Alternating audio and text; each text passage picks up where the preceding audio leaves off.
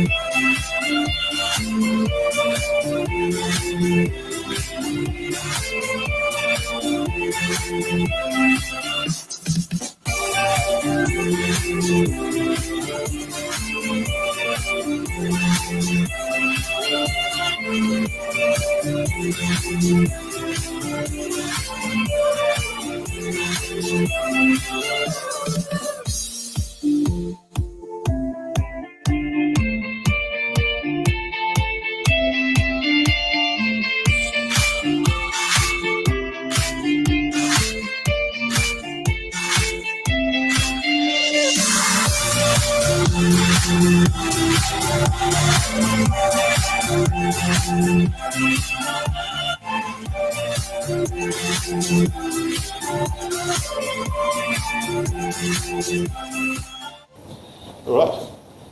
Well, this evening we are joined by the question master here, Dave Armstrong, who will be opening the boxes. We have a great number of questions here that have been submitted by viewers, and now it's time to introduce the candidates. We're starting from the end here. We have Julianne Genter from the Greens. And behind her, Merania Roa for Vision. Down the front we have Don McDonald. Behind him, Fleur Fitzsimons for Labour. And we have Bruce Welsh for New Conservatives. Emet for Animal Justice. And finally, Geoff Mills for NZ First.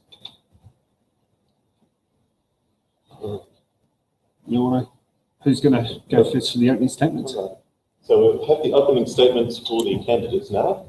Do we have any volunteers? All right. Yep, let's go for Don. Don it is. Don it is. The first thing, I answered every personal email sent to me by constituents. You've heard that? Well, it's not really true. Yes, it is. No. You've heard of 365 in the course of days? I've Don McDonald for independent.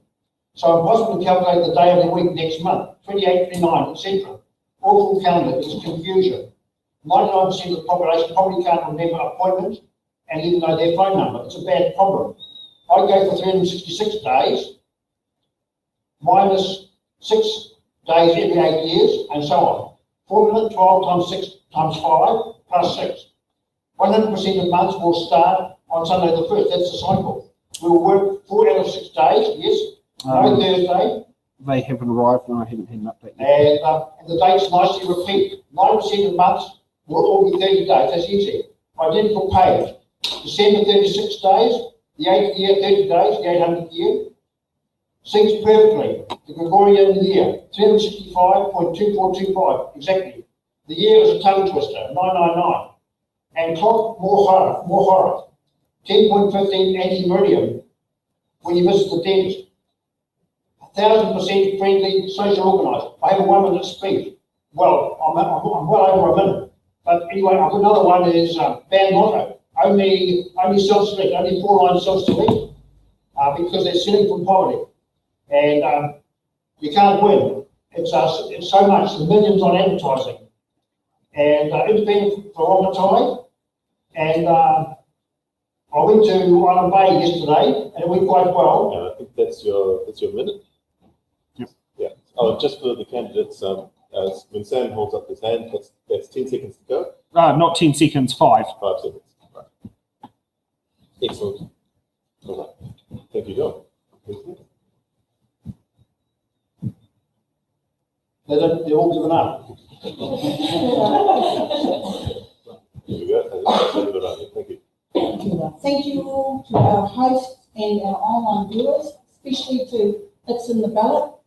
My name is Merania Roa, and I've lived here in RONGOTAI. My home is in Muthu, and our family homestead is in Newlands, where my children are living at the moment. I am seeking the role as RONGOTAI MP.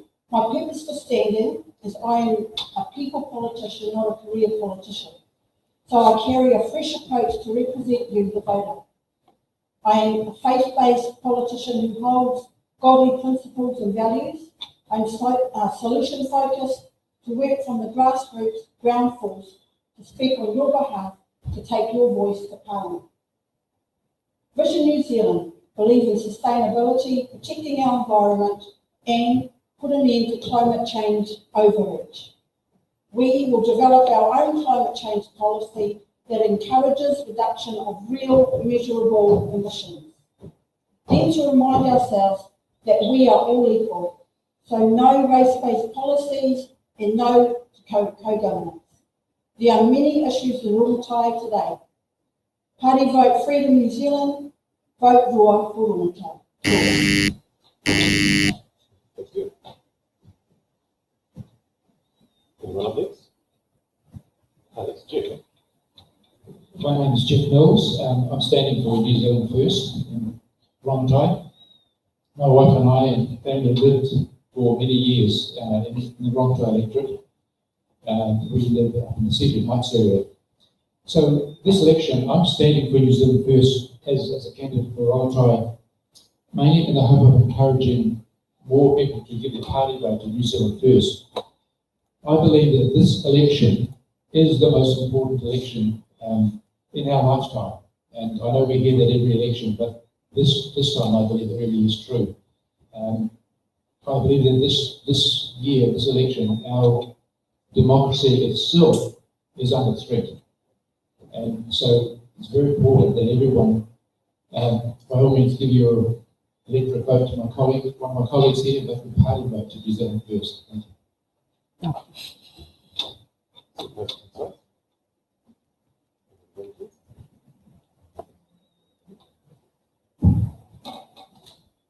Yeah, hi everyone. Welcome to It's in the Ballot.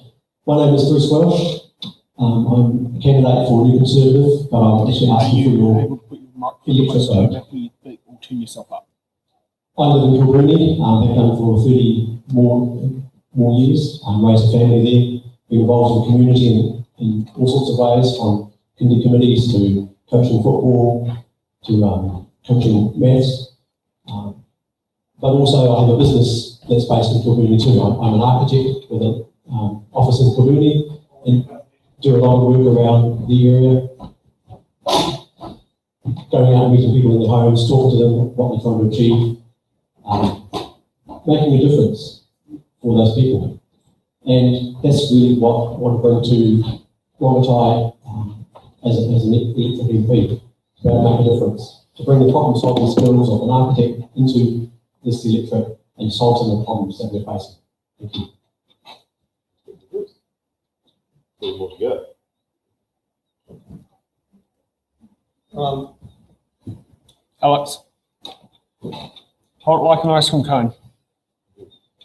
And here we have Emet. Hi, I'm Emet. I'm your Animal Justice Party candidate for RONGOTAI. I accepted this nomination because the Animal Justice Party has a plan to move beyond left-right politics towards an up-down paradigm where up represents integrity and down represents opportunism.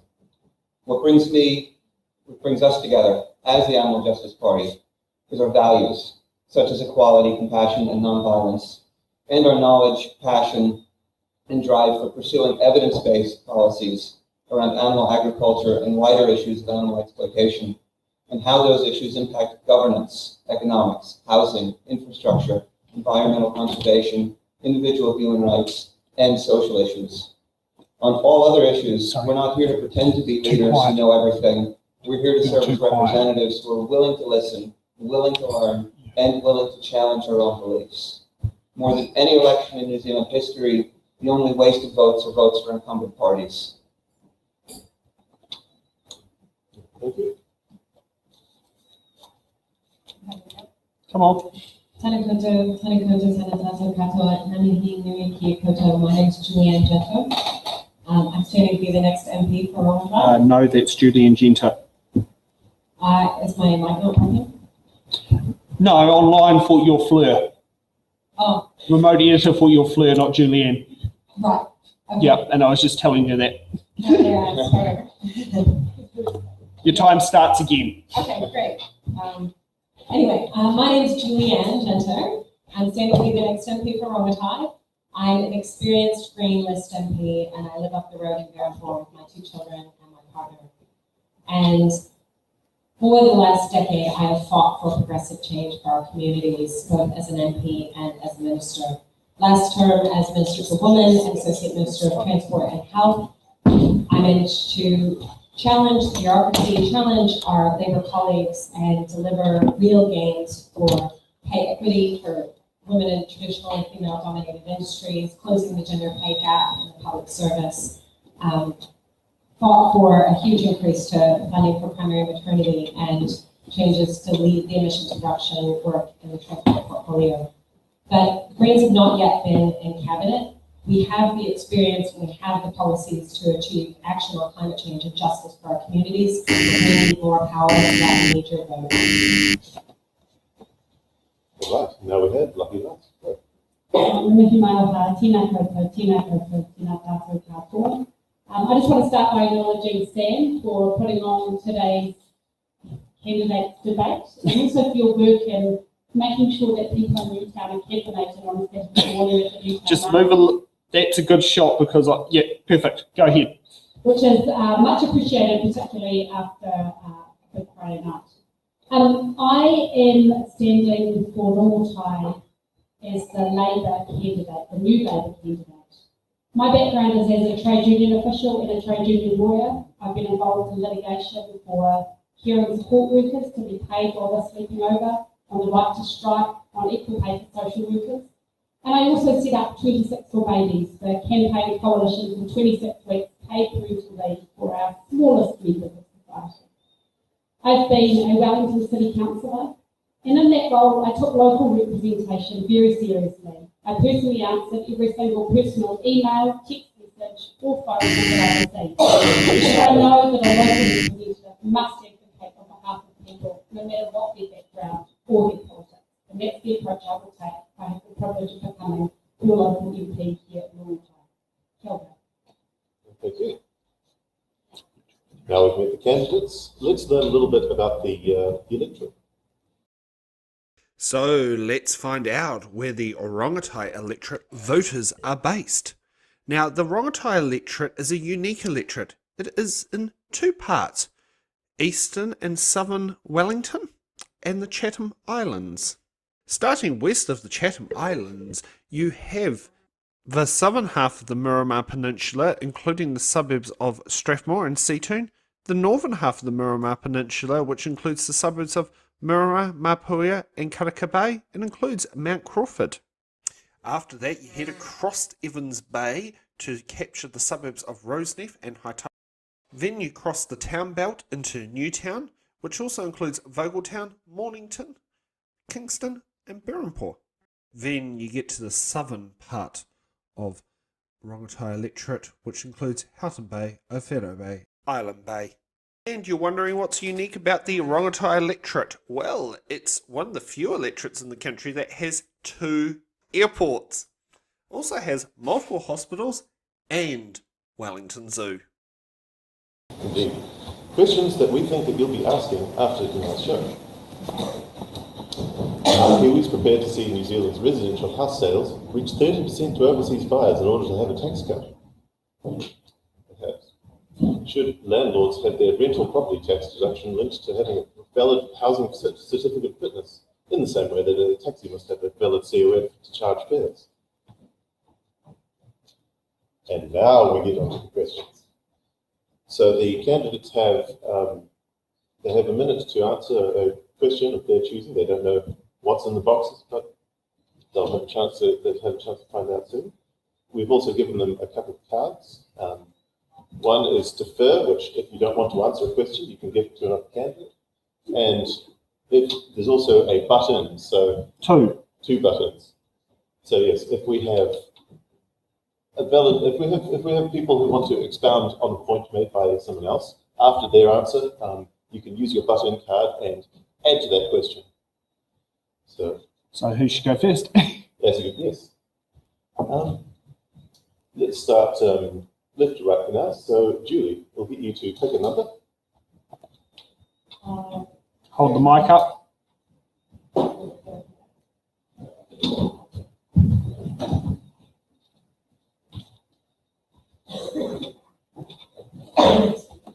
AB, so press the button.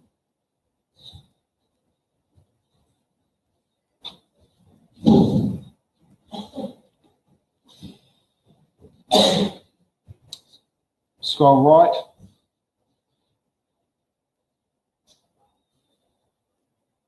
The technology here, we're working on it. Here we go. Julian, what would your party do about regulating the introduction of artificial intelligence? Or we could rephrase that as, would your party regulate the introduction of artificial intelligence? So all of the Green Party's policy is developed democratically through a consensus-based process by members, and I know that we have an expert working group in the party working on updating our policy with respect to AI. What I can say for sure is that the Greens think it's really important that new technology is not used for exploitation and that there is a role for regulation to ensure that it's delivering for our people and for our planet and not being used to profit at the expense of humans or nature. And by nature, I include non-human animals. Okay. Thank you. So, Mariana. Merania, I would like to choose number 1, please.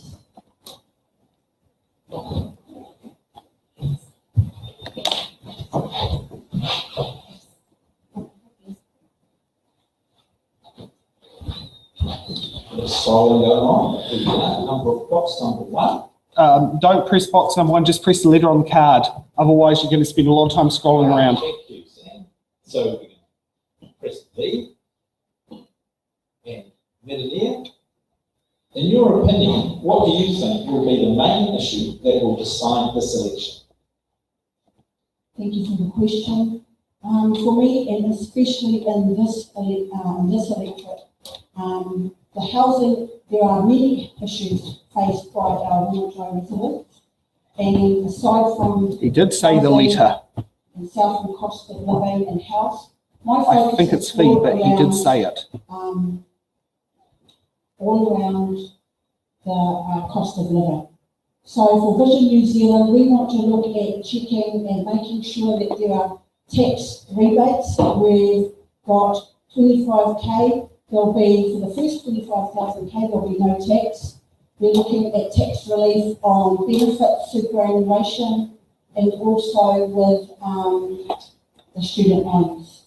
So the idea around all of those tax relief and tax benefits is to help put more dollars back into the home, back into the groceries.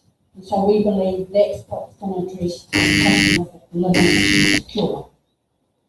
Thank you, Merania. And we have a button card from Don. So Don, would you like to weigh in? Can we try the button? Okay, the main issue, well, one is, it's very hard to know the 22nd of September and October. It's a different day of the week. It's a big problem because you can't really organise your social calendar. And another big issue is the Powerball. You can't win it. They don't win even though must be won, only pay half. These are a big penalty on poverty. And it's a shame. And the main thing is the whole world has got to simplify the calendar. It will synchronise 100% with Gregorian. As you know, 365 with 2425. Tropical year, astronomical year. That's a good point. And because it's chaos. As you know, 28, 29, 30, 31 days. And July to November, don't do it about the week, the whole way through. It's Sunday the 1st. Widow, gone, independent. All right. Thank you. Now, Fleur, would you like to pick a number? Yes, 19, please.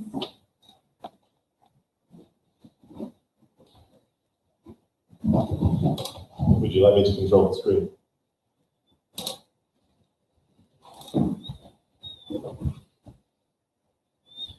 I've got two cards here, but I'll just read one. Is that right, Sam?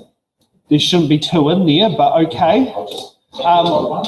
What is the top one? Just make sure that it matches the graphics, because we did have an aborted show last night and the boxes may have not been properly emptied.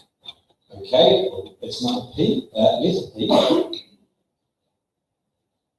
It's not strong. Okay, I can't, this is not strong. Oh, I've got it from my resource management account. Yep. Okay. There we go, it's working now. All good. Okay, letter P, Fleur, what is your party's position on Resource Management Act reform?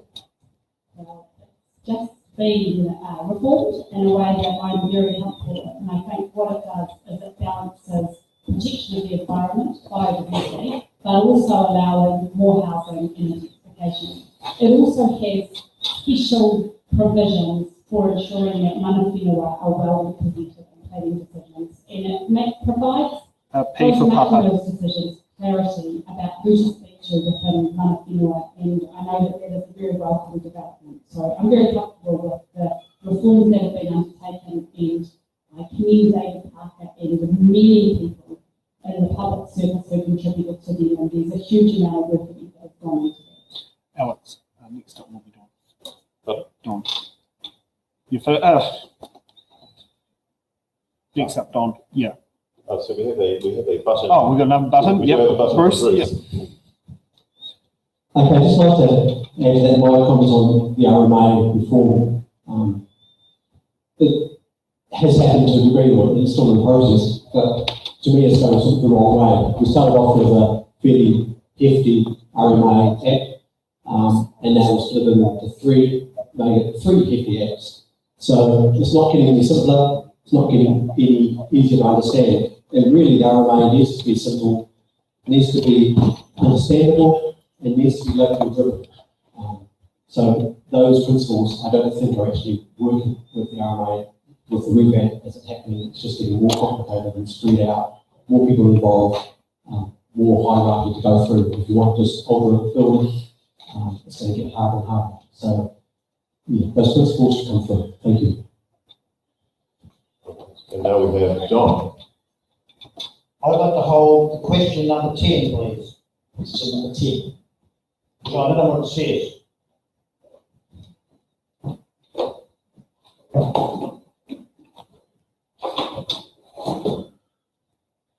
Okay, Z. Showing my age. Z. Z. About this scroll. That's a hard question. In your opinion, Don, what are the three most important issues that New Zealanders face?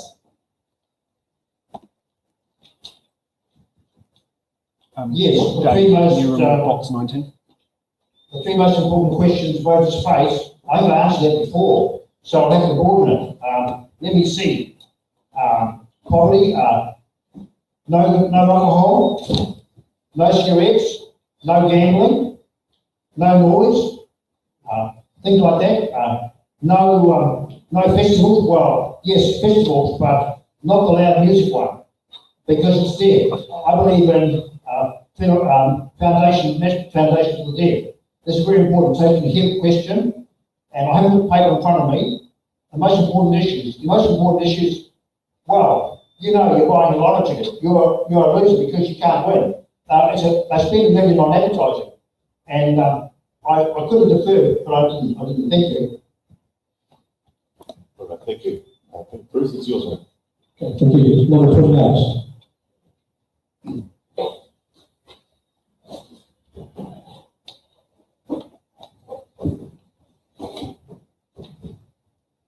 All right, letter S.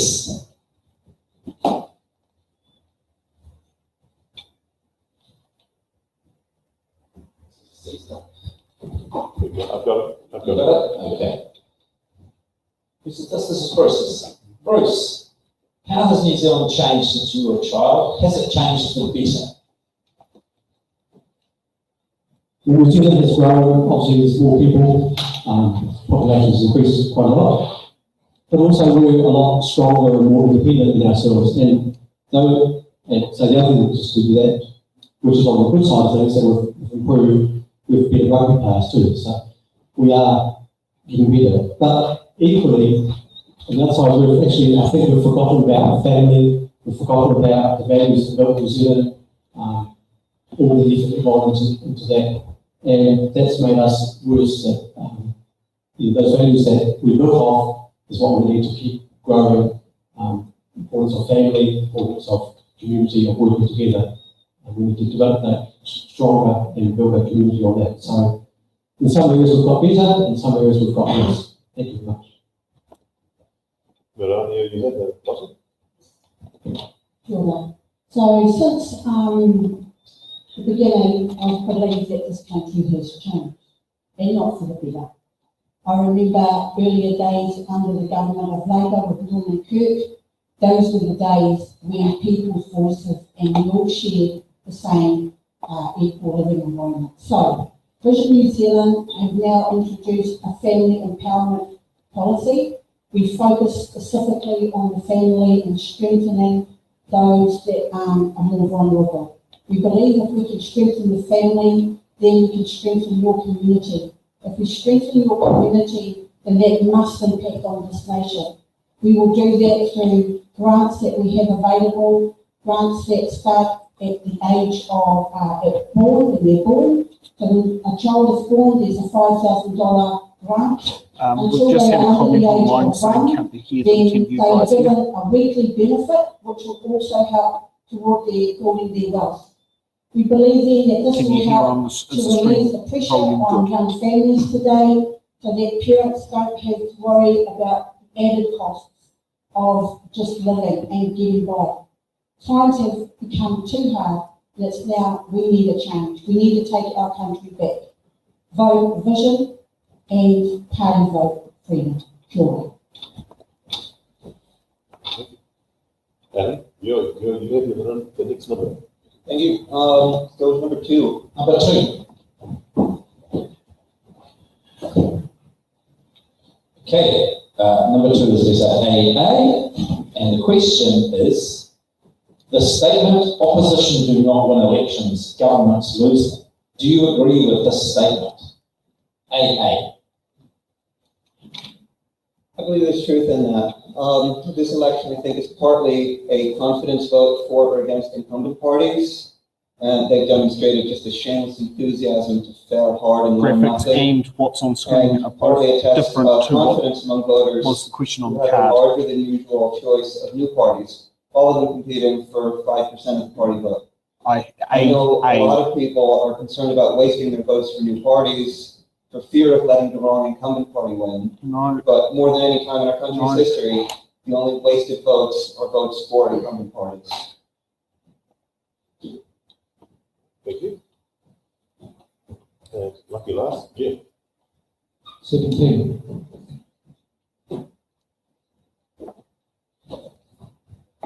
Okay. Answer is 1. And the question is, how is your party going to stop the increasing decline in children's dental health?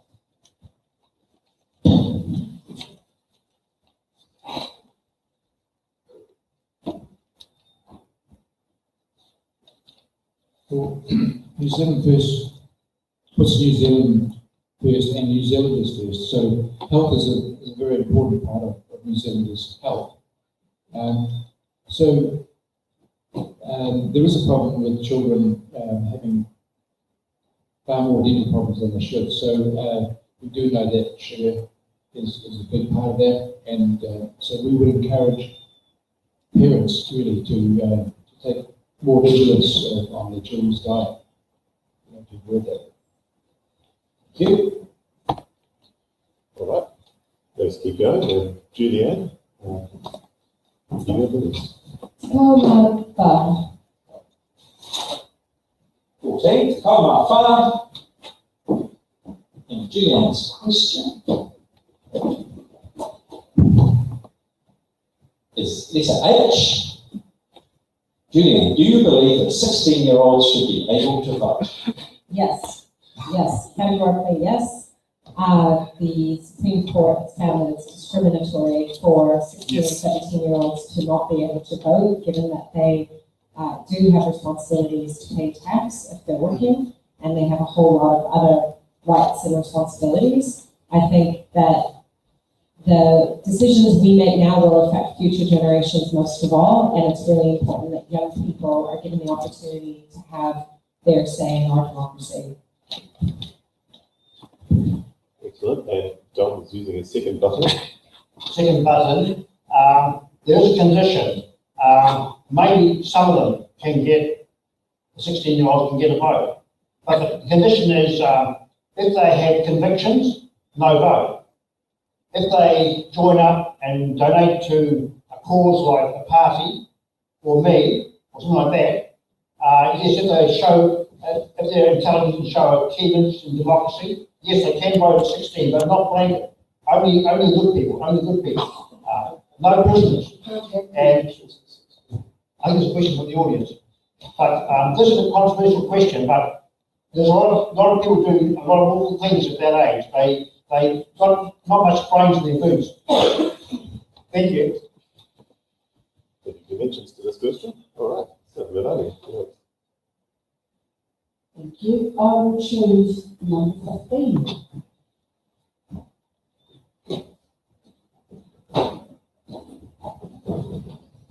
This is only number 15. Have we had number 15? Or is that the one that we had before? Possibly, actually. Can I do my question? No. So the other one. Yeah. So, housekeeping. So this is T. In Merania, in the 2019 budget, $1.9 billion was allocated to improving mental health services. To what extent do you consider that this has improved our mental health system and made a difference to our country's well-being? Yeah, thank you for that question. I'm not absolutely convinced that any of that money has made a difference to our health services, for one, and specifically for mental health. There are people suffering at the moment because of added pressures, the cost of living, through housing, and the economic crisis that combats all of it has created the additional stress on families. This stress is absolutely serious. And so what we've got to do now is come together with those health professionals. It could either be that they are under-resourced, underfunded, and that's where Vision want to put our efforts into making sure that the health system is meeting the minimum. It is no longer acceptable that an A&E people have to wait. We understand they are all under-resourced and mandated still to this day. So we will repeal the mandate and get this country back on track. Sure. Okay, next up, John, your chance again. I like 25%, 1/4, please. I can hold it and read it. Okay, Don, your question is A, letter A, and the question is, will you commit to protecting spaces and services exclusively for what is described in this question as biological women? I think I'll defer that. Yeah, it's okay. I can defer that on. Do I nominate somebody? Yes. Yes. Well, we choose Julianne. Yeah, I think this question is bullshit, and I'm not going to answer it. Because I think that, actually, I'll say one other thing, which is trans people are people, human rights, trans rights are human rights, and I stand with them.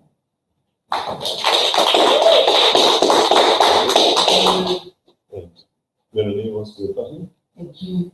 I'd like to answer that question. I understand earlier this week there was a protest in Auckland when Posey Parker was here in the last round where she was victimised, I call it victimised.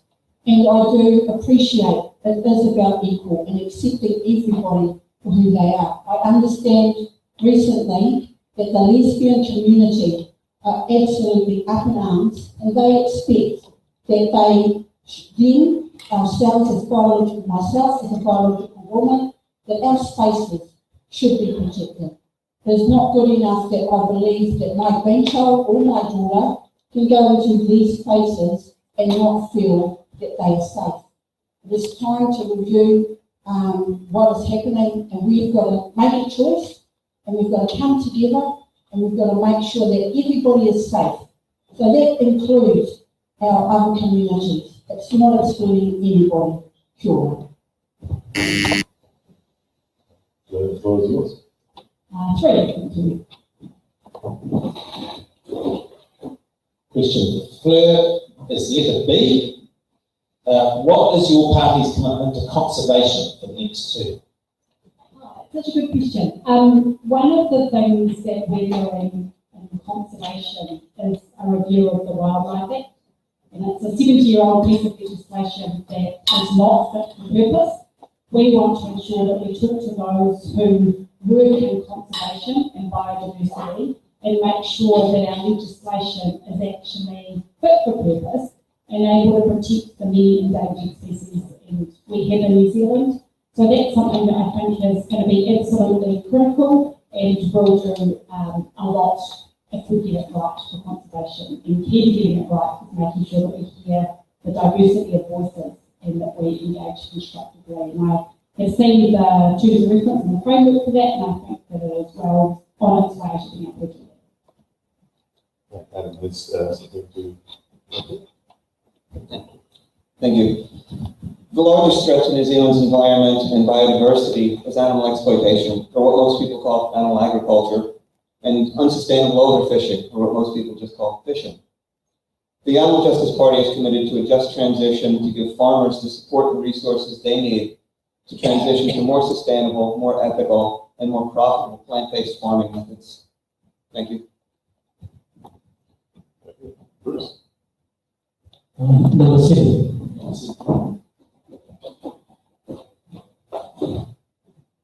Okay, Lisa, you. To what extent, Bruce, do you consider that public transport policies are incentivising or successfully encouraging the use of public transport while also reducing climate change?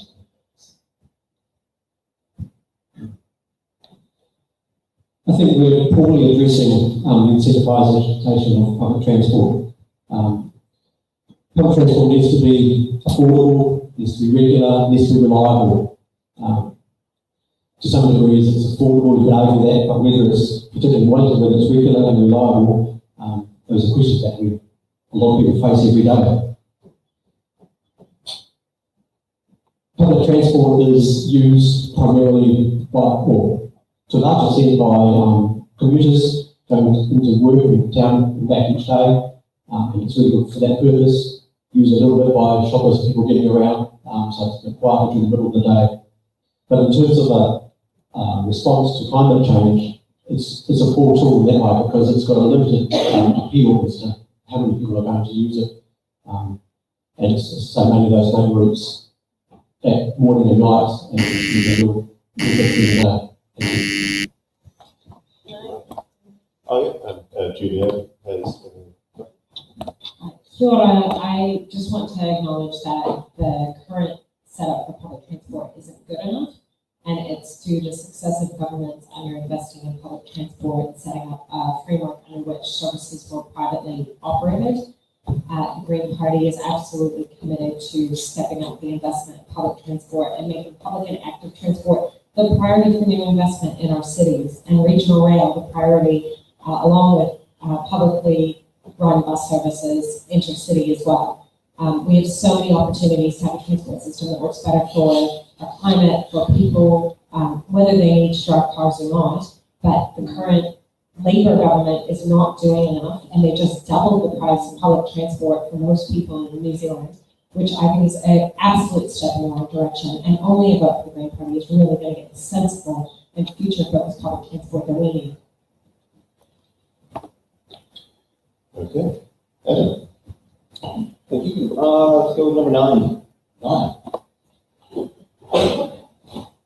You marking down the buttons or not? This is letter I. Yeah. Will you This is a hard question to ask, so I'll change the question because it's very slanted.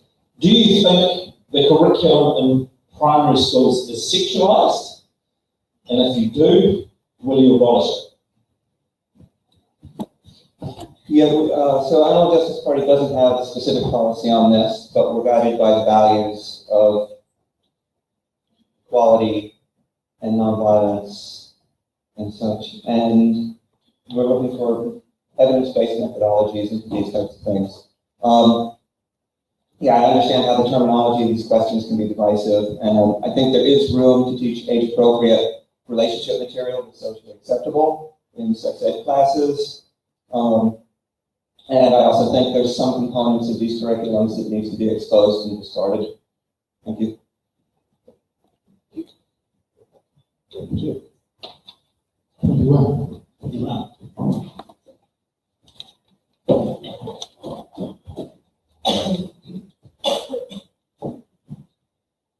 Jim, this is letter. It's just got. It doesn't look. Oh, it's an orange. Too much for the glory of the calendar. Health workers who work for Te Whatu order are still required to be vaccinated against COVID. If elected, would you change the law to remove this mandate? Yes, absolutely. Oh, well, that's good. Let's head back the other way. Adam. Thank you. Take number 5.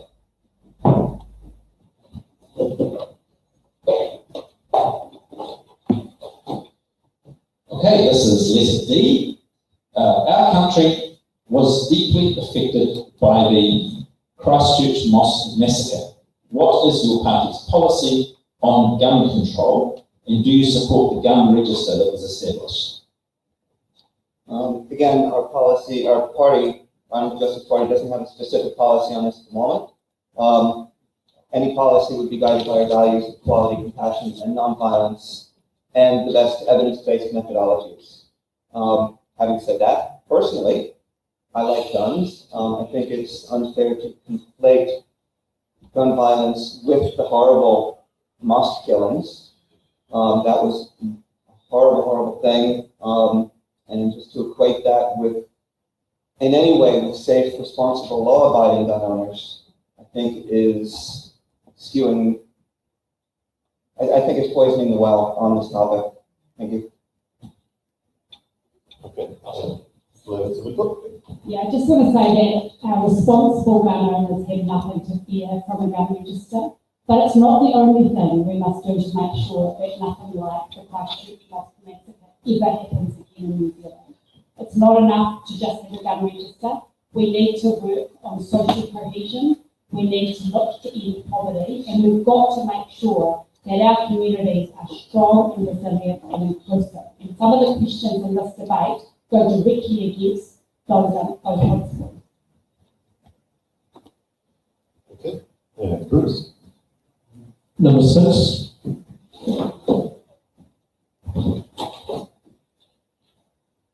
Okay, letter F. In your opinion, should councils be forced by the Ministry of Health to fluoridate their communities' water supplies? Effectively, no. There should be a local decision. Each region, each council, each city, whatever, should have its own choice as to whether they fluoridate or not. Shouldn't be a one-size-fits-all model that is put down from on high. We suffer a lot from one-size-fits-all, and it just doesn't work because different communities have different needs, and we have to address that as we give them the chance to do what they feel best for themselves. Thank you. Right. And Fleur. 20, please.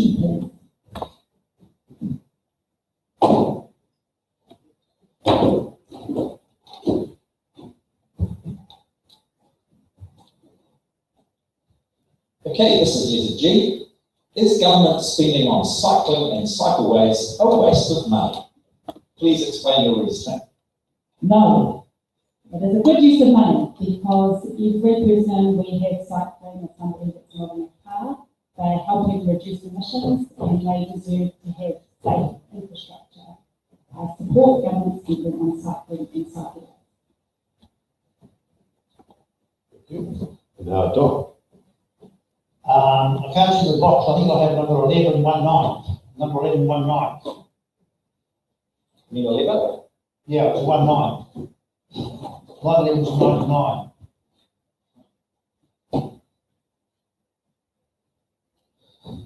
The Prime Minister said that no one was forced to get the COVID vaccine. Do you agree with that? What's in the letter? Oh, sorry, let it out.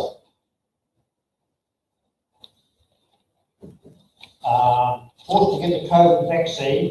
Well, the thing is, that's a false question. It's a badly asked question because somebody was forced to have the vaccine. That's either a true or a false. What the Prime Minister says is not going to change true or false. So, of course, I got a vaccine. I got vaccinated on time and boosted everything. I don't even know if that's, we don't even know, nobody even knows if that's true that the Prime Minister said that because it's the media. The media don't know anything. The media don't listen to me. I go to Herald and I go to Regional News tomorrow. No, Tuesday. But the vaccine, well, my way is you should have it. It's old days now because everybody's going to get COVID in a short while. But okay, so well, we need some more questions, some more boxes to choose from. Oh, you can't see them, don't you? That's why, yeah. Thank you, Merania. Yes, Julie, I will take number 16, thank you.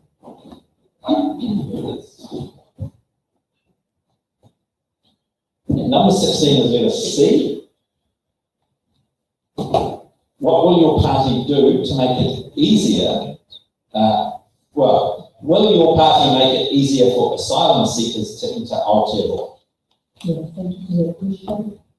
Vision New Zealand believes in a responsible approach to refugee resettlement.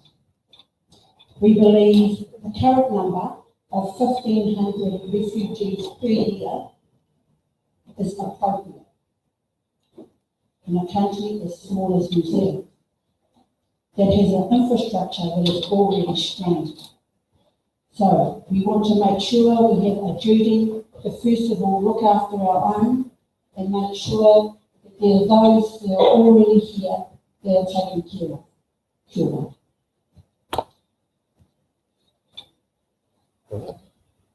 Julianne. Right, I think that should be rare to go 150, not permanent 50. I will be speaking to the person who printed them. There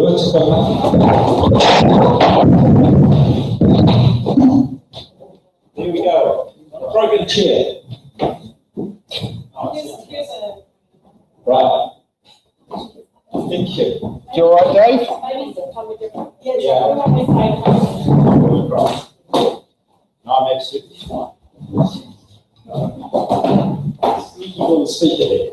A particular point you dropped across the run. Sorry about that. Oh, here it is. It's still there. You'll have to fight another day. And all caught on camera. Over the past few years, New Zealand has suffered from many forms of division. How will your party reconnect people and heal the divide so we are a united country once again?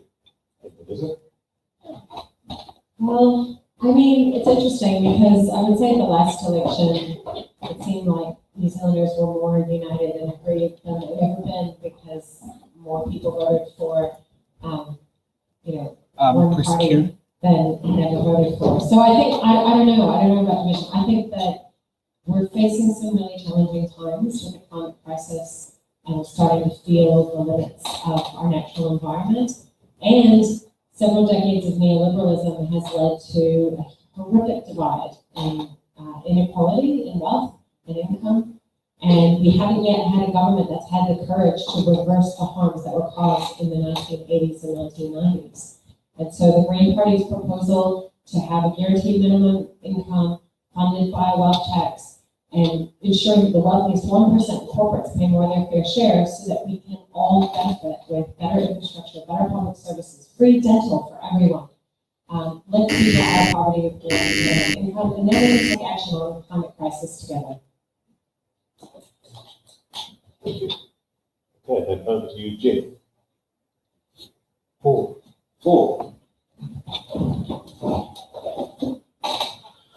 All right, this is question W. Rest homes are losing registered nurses, RNs, to Te Whatu order as they are unable to match, as the rest homes are unable to match the pay packages. Do you think that the pay packages for RNs or RNs, registered nurses, should be equitable across all sectors of healthcare? Okay, well, the issue is deeper than this. In Wellington, it will cost $74,000 a year for a standard bed in a retirement home, which is $1,400 a week. Except we're not building standard bedrooms. Later this decade, there will be over 1 million New Zealanders over the age of 65. The biggest growth in numbers will be from those over 85, and those most likely to need access to high quality aged care. By 2040, there will be 233,000 people over the age of 85, which is triple the number today. So New Zealand First knows that it will need approximately 77,000 residential care beds to deal with those who cannot live safely in their homes, and we're on track to deliver just half of that. So how can we have more bedding? By 2027, there will be 1,200 in aged care in Wellington for 1,000 beds. That's way too much. So this is how we treat our most vulnerable. So at the New Zealand First Conference, we back agreements to make retirement dignified. Geoff. Thank you. Number 23, please.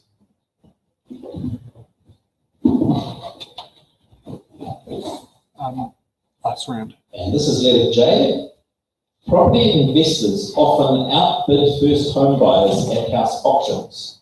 How would you encourage these investors to switch to more productive investments? Again, the Animal Justice Party doesn't have a specific policy on this at this time. We frame it through our values of quality, values including quality, compassion, and nonviolence. And we look to the basis of where is the evidence on what works to get desired outcomes. That said, I can share my personal opinions, is that there's countless ways to employ carrots and sticks and incentives and disincentives. And the real questions are about what methods are effective and what methods produce the least harmful unintended consequences, and to what extent the government should be intervening in these markets to maintain a level playing field. So I'm not here to pretend I have an answer. I'm here to listen to constituents and achieve those goals and on the basis of evidence. Thank you. Thank you. The Green Party believes that housing is a human right, and it's the responsibility of our government as the representative of us as a society to ensure that everybody has the warm, dry, affordable, secure home. And we can do that through our housing policy. We have proposed a warrant of fitness on all rental properties, registering landlords and mandatory register of landlords and property managers, and a limit on the rate of increase of rents to at most 3% a year. Even if you change tenancies, that can be put up more than once a year.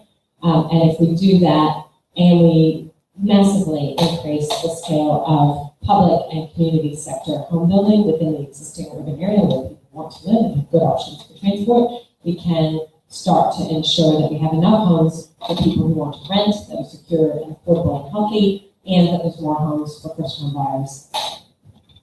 Fleur. It's a shame the National Party candidate isn't here, but I will nevertheless talk about their policy and its risks to first-home buyers. the National Party wants to bring back interest electability, and what that will mean is that people who own more than one property, it's even more favourable in terms of a policy setting for them. That is not going to serve the interest of first home buyers, and it's one of the things I'm most worried about if we see a national government. That, alongside the introduction of no-clause evictions, which would cause social chaos, are among the many great risks of a national government. But it will certainly mean that New Zealanders stew even further in favour of property investors. What we're currently seeing is that first home buyers are increasing as a proportion of those buying property, and that's got to be a good thing, but there's obviously more to do. Indeed. So Bruce. Okay, number 12, John Russell. This is letter N. Bruce, how are you going to address the cost of living crisis?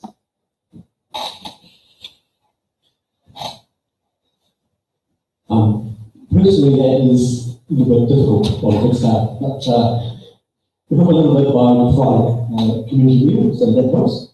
But really, the main issue is government spending. Over the last 6 years, government debt's gone from 60 billion to 155 billion. So that we've just spent and spent and spent, and not really on projects that benefit the country in terms of building infrastructure, building those things that we rely on, that also don't really result too much in inflation. We spend on willful things more so, and driven inflation through that. So until the spending comes back, we won't see any effect in cost of living changes, inflation changing. So we have to do those things first and be wise in our use of funds we have. Only 2. Okay, great. Yep.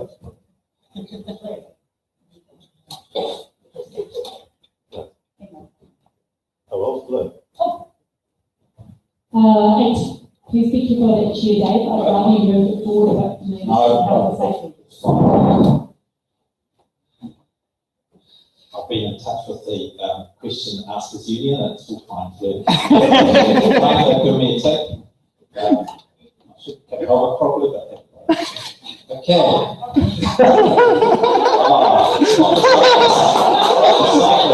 I was hoping the job but to help it. Fine. It's a lovely early thing to anything yet. Okay. The future of local government report says a significant fund is also needed to support climate change adaptation activities. How is your party going to respond to this issue? And this is letter R. Letter R. A significant fund is also needed to support climate change adaptation activities. How's your party going to respond to this issue? Yeah, I agree. And it's a particularly important issue in the Rongotai electorate, given that we are predominantly a coastal electorate. Yes, that's correct. The policy work has already been done, and I do want to pay tribute to James Shaw for the work of the National Adaptation Plan. It sets in place a framework by which we will transition to, we will make the necessary adaptation, and there's already been discussions in this electorate, in your Fiddle Bay community and in the Brave Bay community, where as a community they are working out what mitigation they can take. But it's also much wider than that. We need to develop a framework that enables managed retreat to happen in a fair, equitable and just way that leaves nobody behind, and a policy framework and adaptation plan that is skewed towards making sure that those who are most vulnerable are looked after the most. that's what we have something to do. Thank you. Can you repeat the question? The future of local government report says a significant fund is also needed to support climate change adaptation activities. How is your party going to respond to this issue? It's also written here.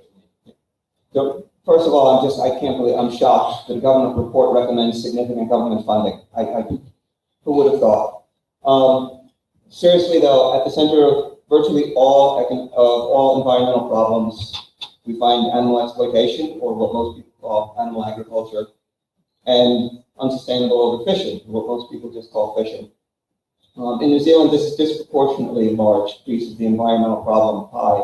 no matter how we slice it.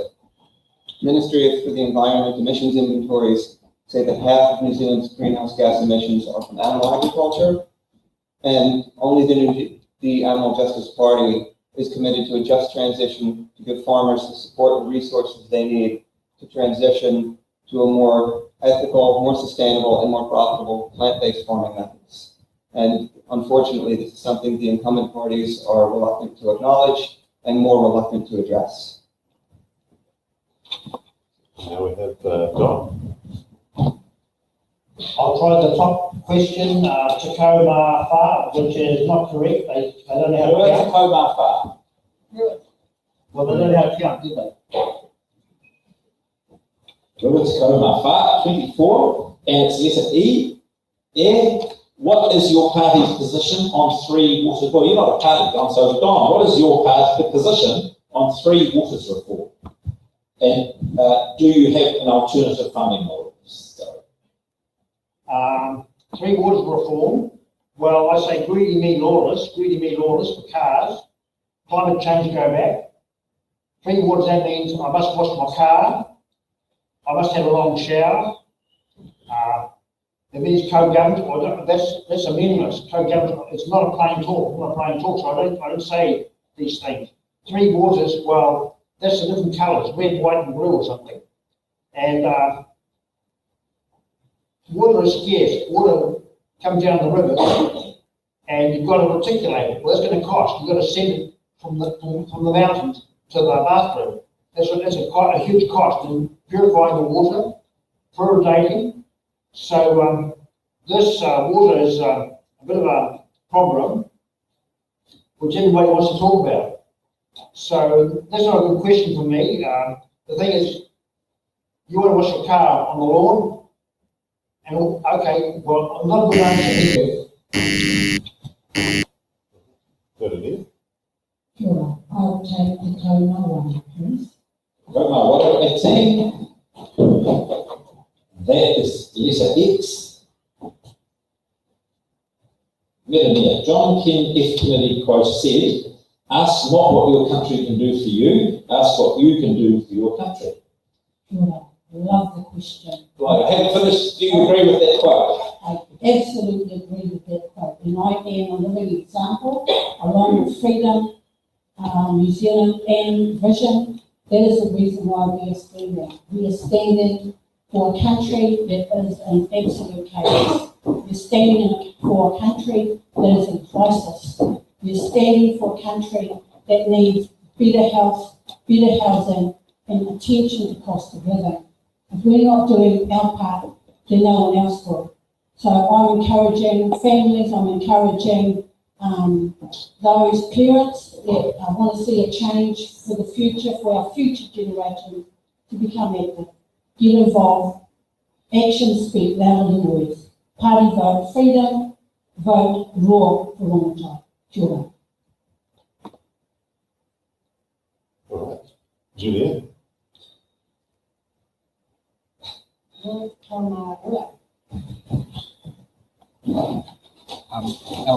Tacoma Waiora, 22, and it's letter N. Julianne, would your party advocate for introducing a sugar drinks tax to help combat obesity, dental decay, type 2 diabetes, heart disease, and other chronic medical conditions? When I was spokesperson for health in 2016, that was a position that the Green Party held, and I believe we're still open to it in our policy, but it's not our top priority. The top priority is providing free universal dental services to all New Zealanders, funded by wealth tax. But I do think that there's a strong case for a sugary drinks tax, because sugary drinks have virtually no nutritional value, and the revenue raised from that could be used to help support some dental services, but also the policy itself was shown when it was brought in the UK to change the drink offerings that were being put forward by supermarkets and other providers of beverages. So in a way, the policy isn't about punishing people for the choices they make. It's about making sure that the industry is providing more responsible choices for people. Thank you. It looks like that leaves Geoff with It's just the last one. 26. Good. So this letter is K, and the question for you, Geoff, if you had been an elected MP at the time of the protests at Parliament regarding the mandates, would you have gone onto the grounds of Parliament to listen and acknowledge the concerns of the people? Yes, I certainly would have.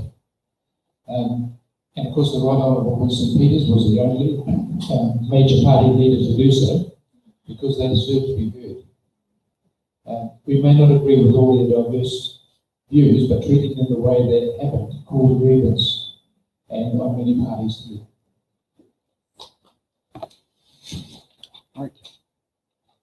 Okay, we've got through all the questions. Now we're going to have a brief intermission. Yep. And then we'll be back after about 10 minutes, is it? Yeah, for hard-hitting questions. Yeah, we'll be back after 10 minutes for hard-hitting questions. Thank you. Leave the microphone on.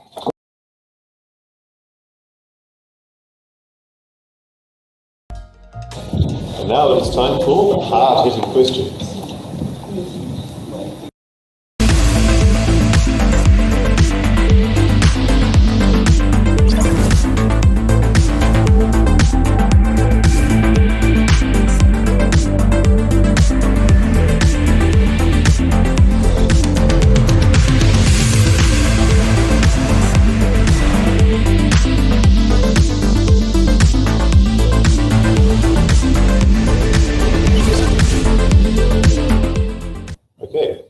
Hard-hitting questions.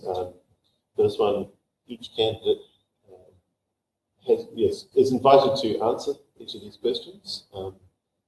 And so we will start off with Julianne.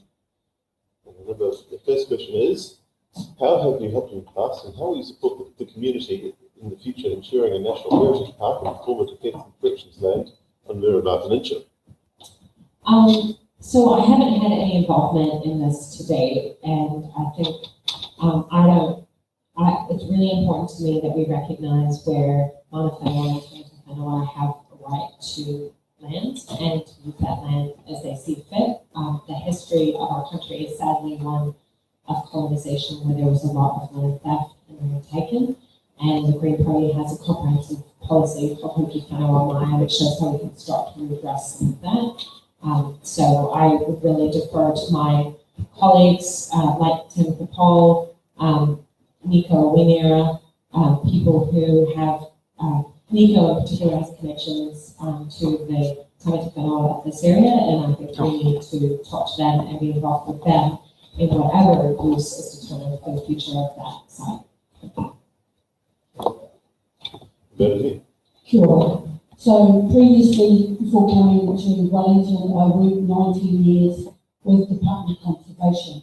My role there was supporting the Victoria Lakes Area Office as Program Manager support. So I worked very closely with our threats team, our biodiversity team, our communications, our whenua, and relationships team. So this is very close to my heart, and it's just up on the hill. Mount Crawford is just away from where we live. So during lockdown, my husband and my mokopuna and I were using this as our playground while we were in lockdown. So it's a beautiful site up there on Mount Crawford. And it's just really an encouragement to be able to work closely. I've done tree planting previously, so that would be something that would help to restore the land and bring that back to its former glory. It's all about making sure, again, that we're working closely with Mana Waiora. Sure. Don. Kia ora, Don from Independent. Talking about national heritage, there's a road through the forest up there. I've been on the 24 bus every month for fun, and it's very scenic. And the thing with that area, it's all about the movie and greedy me. Greedy me means everybody wants your car. There's too many people growing. There's too many houses, and there's no houses, and they want to build more houses. And so that's about it. So I don't know about the national heritage. That's a new one to me. So Thank you. Fleur. I support and have actively supported Manafield aspirations for this area. Our government allocated $4 million for improving public access. It's a very important, culturally significant area of Wellington. And I know that many people in the Merania area and on the peninsula, and actually throughout the Wellington region, really treasure this particular part of Wellington. So I think the role of the local MP is to work constructively and respectfully with Manafield and the community to make sure that Manafield's aspirations for this area can be realised and that the public can share in the true beauty of this space. Okay, Bruce.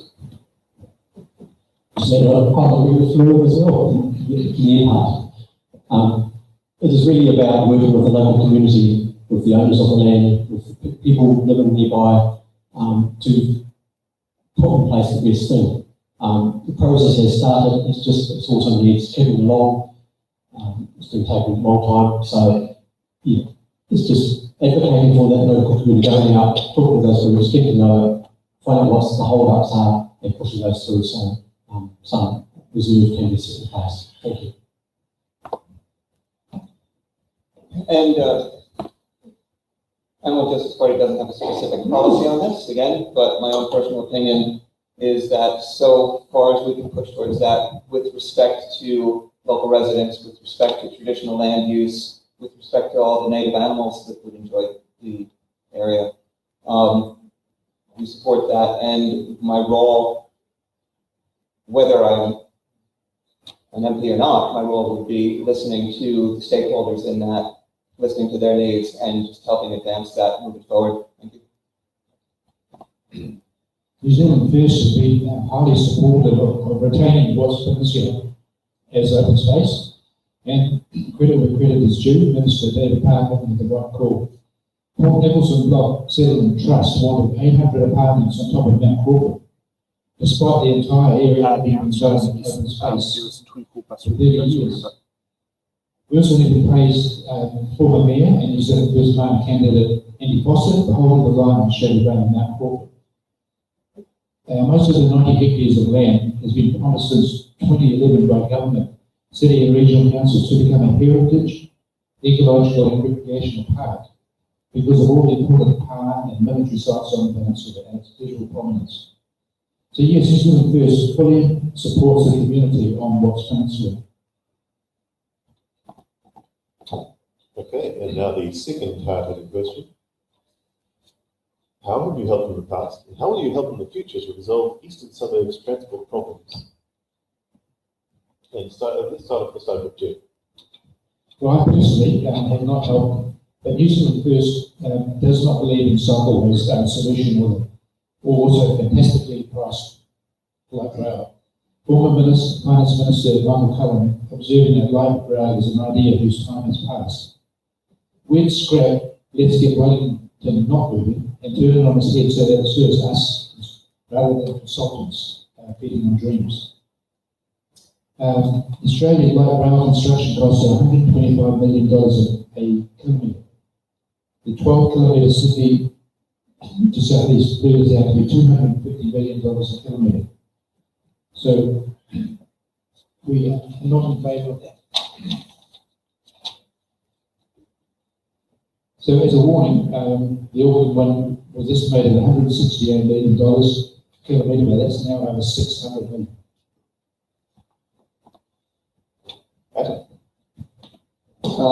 So 99% of my local transportation is by foot and by bike. You know, whether or not that helps resolve anything probably depends on who we ask. Now, I'd like to see less reliance on cars, but I think we need more carrots to encourage active transport and public transport, not more sticks to punish people for driving their cars. Thank you. As part of the community and business groups in community in particular, I've been on working groups and over many years about cycleways in particular, transport options around the community area anyway, eastern suburbs. I've submitted to the council, most of this is driven by council, submitted to council on various occasions, and more recently actually gone around and encouraged by door knocking for people on proposed cycleway routes to submit to council to make their voices known, and continuing to do that sort of work. The current proposals that are being built are, in my opinion and most people's opinion, very poor design. Cycleways are good things to put in, but being put in the wrong places and with the designs that have flow-on effects to people and to how you live in the property that are not beneficial to the community. Thanks. Fleur? There's obviously so much more to do to help with transport problems in the eastern suburbs. We have tried to do more when it comes to pedestrianisation and cycleways, making them more accessible. The crossing of common drive is important, somebody was killed there. But I absolutely accept that there's much more we need to do to ensure more reliable public transport. We need to encourage more active modes of transport and make sure that the infrastructure meets it. That means a second out Victoria Tunnel, but that's not all it means. I'm really interested in the on-demand trial that happened in Tawa and the possibilities of that for some aspects of the eastern suburbs, particularly on the hills where big buses struggle to travel.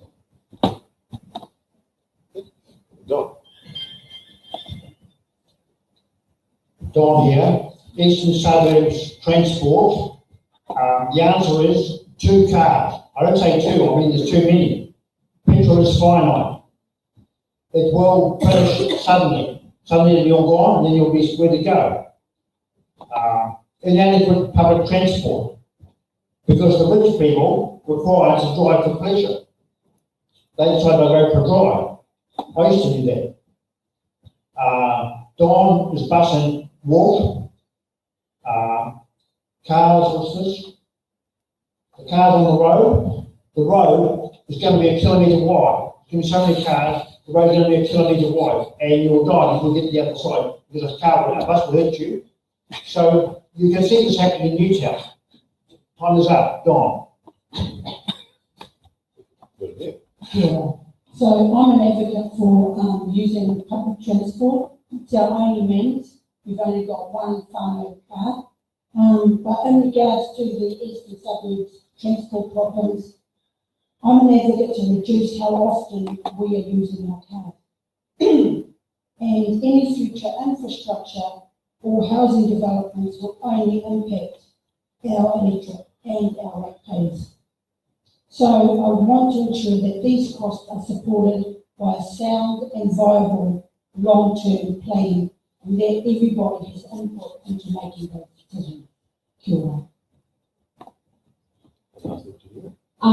So before I got to politics, I worked as a transportation planner, and it's very close to my heart. There's a huge opportunity in Wellington to enable people to move more freely without getting stuck in traffic congestion.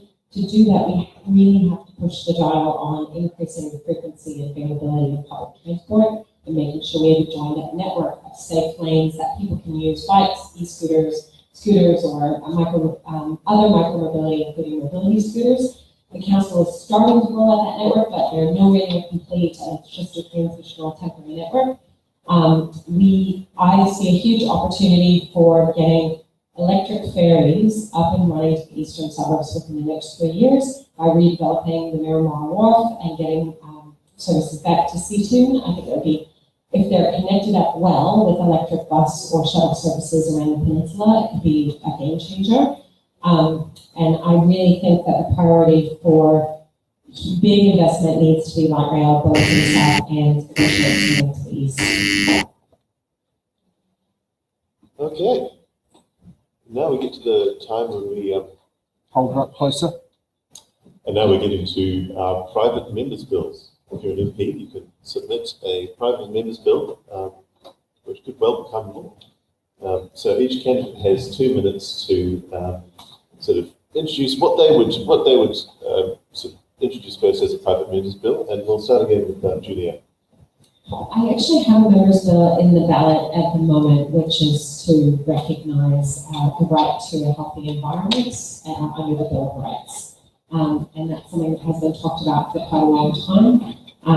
It was I adopted it from my colleague Geoff, so I can't take full credit, but I've had a series of members' bills over the years, and at the moment that's the one I named, so I thought I should put that forward. So.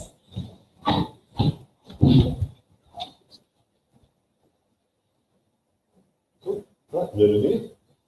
Kia ora. For me, it is about focusing on how we can improve and how we can focus on making the family a stronger unit. And that would be where I would focus putting in the effort, the time, the funding, and be able to see absolute results that reduce crime, that help to address family breakdown, and be able to be a part of seeing the changes that happen so that our future generations have something better.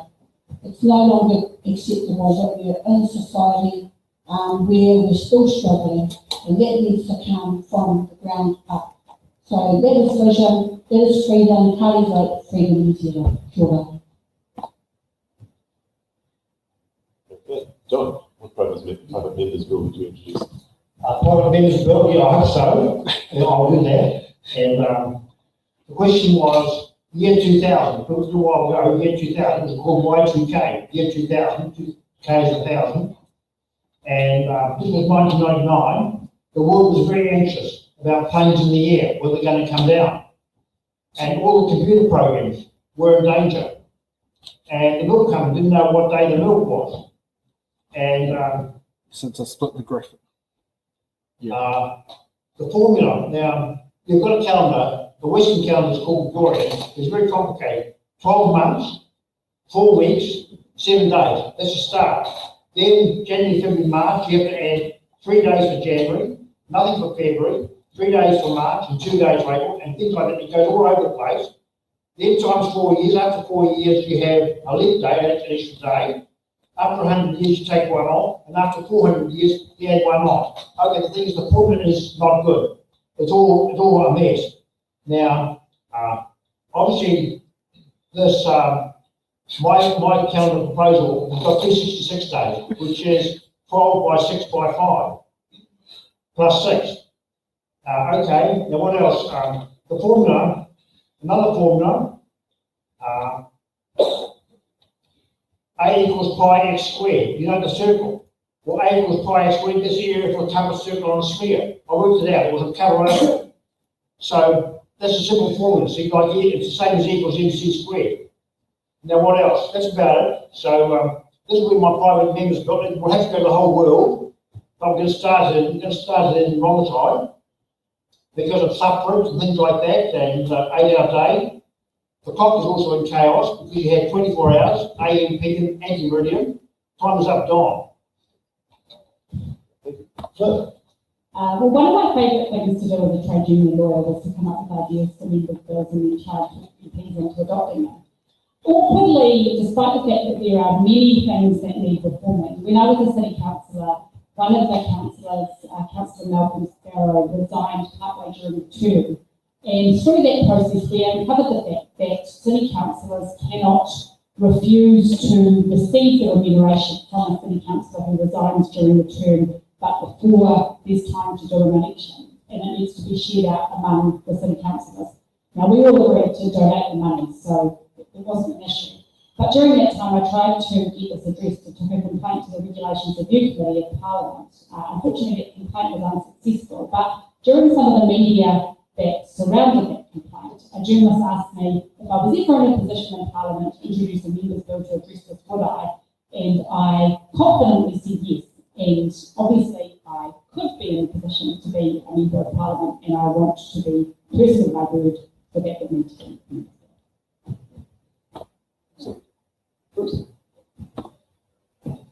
We've heard throughout this campaign a lot about housing, especially, well, it's really an issue across the country, but also RONGOTAI, of course. And really, the issue behind housing, I think, is actually a supply issue. Is how do we build more houses, where do we build them, and how do we build them a bit more affordably? Those are quite big issues, and there's lots of drivers behind that. One thing that is happening is some builders, some companies are starting with prefab building, factory built houses, those sort of different ways, sort of modern methods of construction, different ways of building, rather than just doing what's called stick building on site, where on site you control it by the weather and by the skills coming in the time. In a factory, you've got a lot more control over how you build things, when, and you can control, you're working full time, not being interrupted by weather. So, but one of the hassles is with that system is that if your factory is in a different council, different territorial authority to where your house has been built, your consenting process is a real mess. And current law doesn't allow that to work very easily at all. There are some ways to use a model of consents, but the simple way is just not available. So I'd like to bring in a bill where builders and designers, and actually plumbers and drainers as well, can self-certify their work. Obviously they have to be a reasonable standard of tradesmen to start with, but they would be able to self-certify, so that would speed up their process. Councils are often well behind in their times of inspecting work on site. Builders have to wait, but they speed up the process and to a little degree bring down the cost of building. Yeah, so we all have concerns around issues of governance, economics, housing, infrastructure, environment, human rights, crimes, education, social issues. And the one thread that ties all these issues together, especially in New Zealand, is animal agriculture and animal exploitation. And this is why Animal Justice Party has a plan for a just transition to give farmers the support they need to transition more towards more sustainable, more ethical, and more profitable plant-based farming models.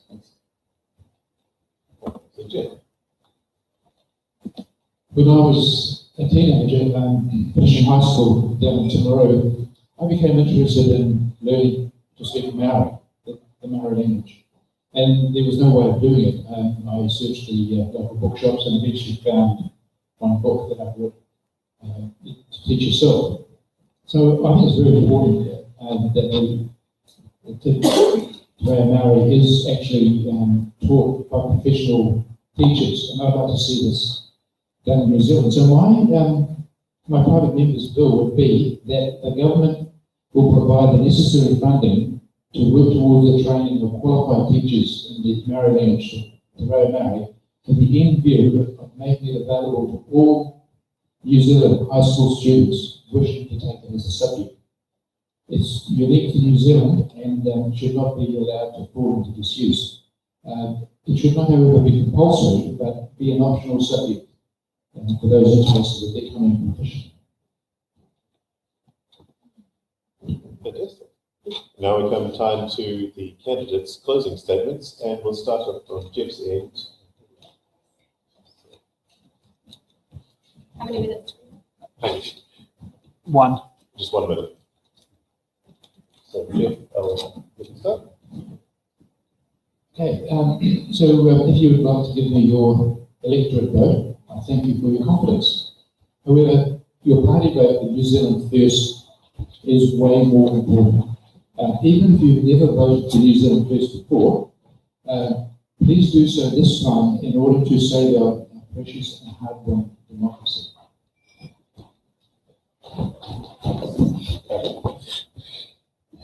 If we look at how New Zealand has been divided and fractured over the last few years, more than any time in New Zealand's history, the only wasted vote is to vote for the incumbent parties.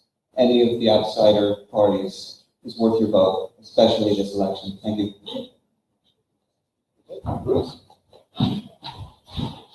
Remember, you have two votes this time, and one for your party vote, which I was encouraging you to go to any of the parties that are around, one for your electorate, and I asked you for that vote for Bruce or for RONGOTAI.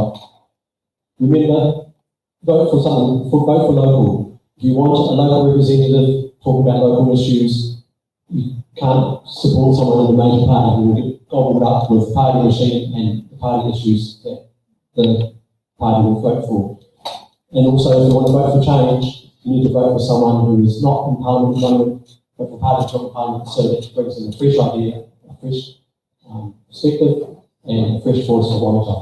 Thank you. Fleur? Well, I just want to start by saying thanks for putting on this afternoon's debate in the ballot. In terms of the approach to the election, I am asking for support to be your local MP here in RONGOTAI, but also for your party vote for Labour, because Labour is the party that has a plan for dealing with our cost of living crisis. Chris Hipkins is a competent leader who has led New Zealand through some of its toughest times, including our response to COVID-19. He is somebody who works hard, he is somebody who understands how Parliament works and understands what true ethical leadership is. So I'm asking for your support to be the local MP and also for your party vote for New Zealand. Thanks so much.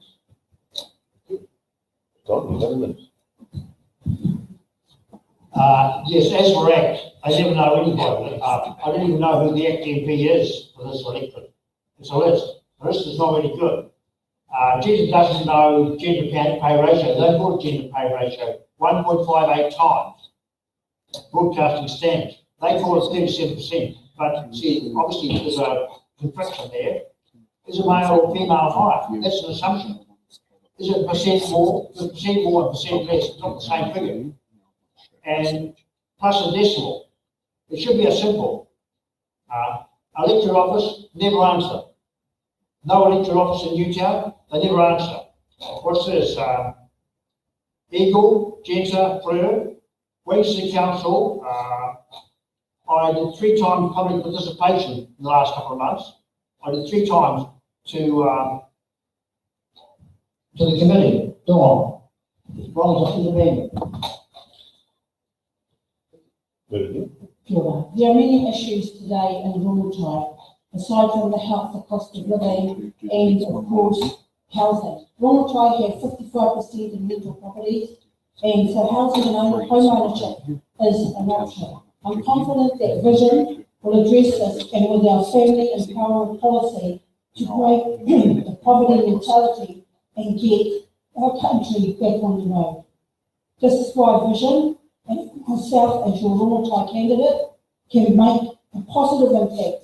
And when you give us your party vote freedom and vote for RONGOTAI, vote Roa for RONGOTAI. Kia ora. RONGOTAI can be a place where everyone has a warm, dry, affordable home, where we have frequent and affordable public transport, cleaner air, cleaner water, where we are taking action to work together to solve the climate crisis. But to do this, we need system change.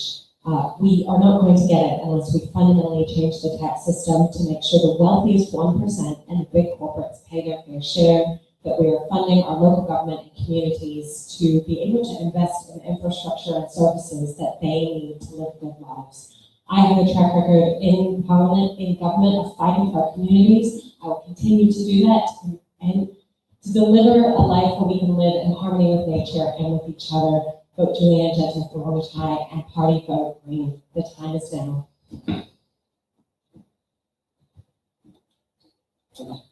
Is camera on now on me?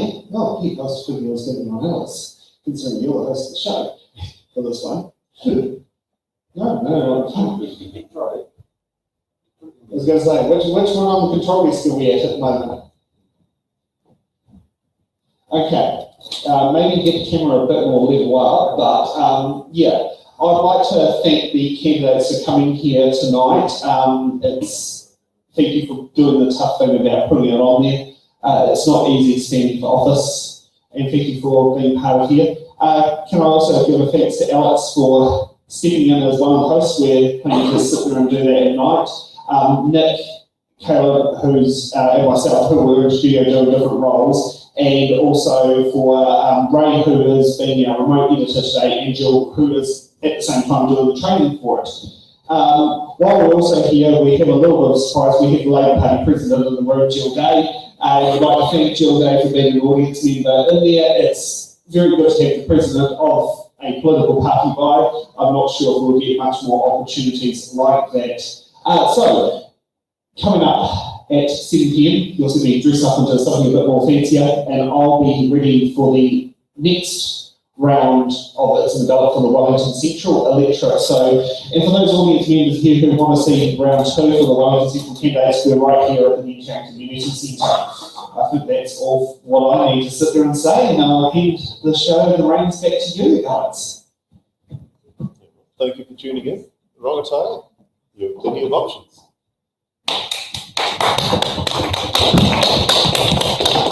Thanks, guys.